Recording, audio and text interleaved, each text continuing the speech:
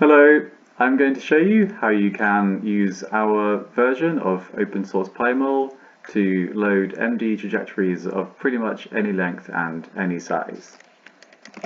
So first I'll load in the system using this MDAload function.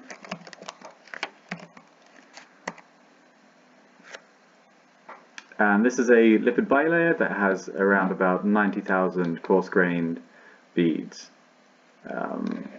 I'm going to show everything as spheres so you can see the membrane in the middle as well.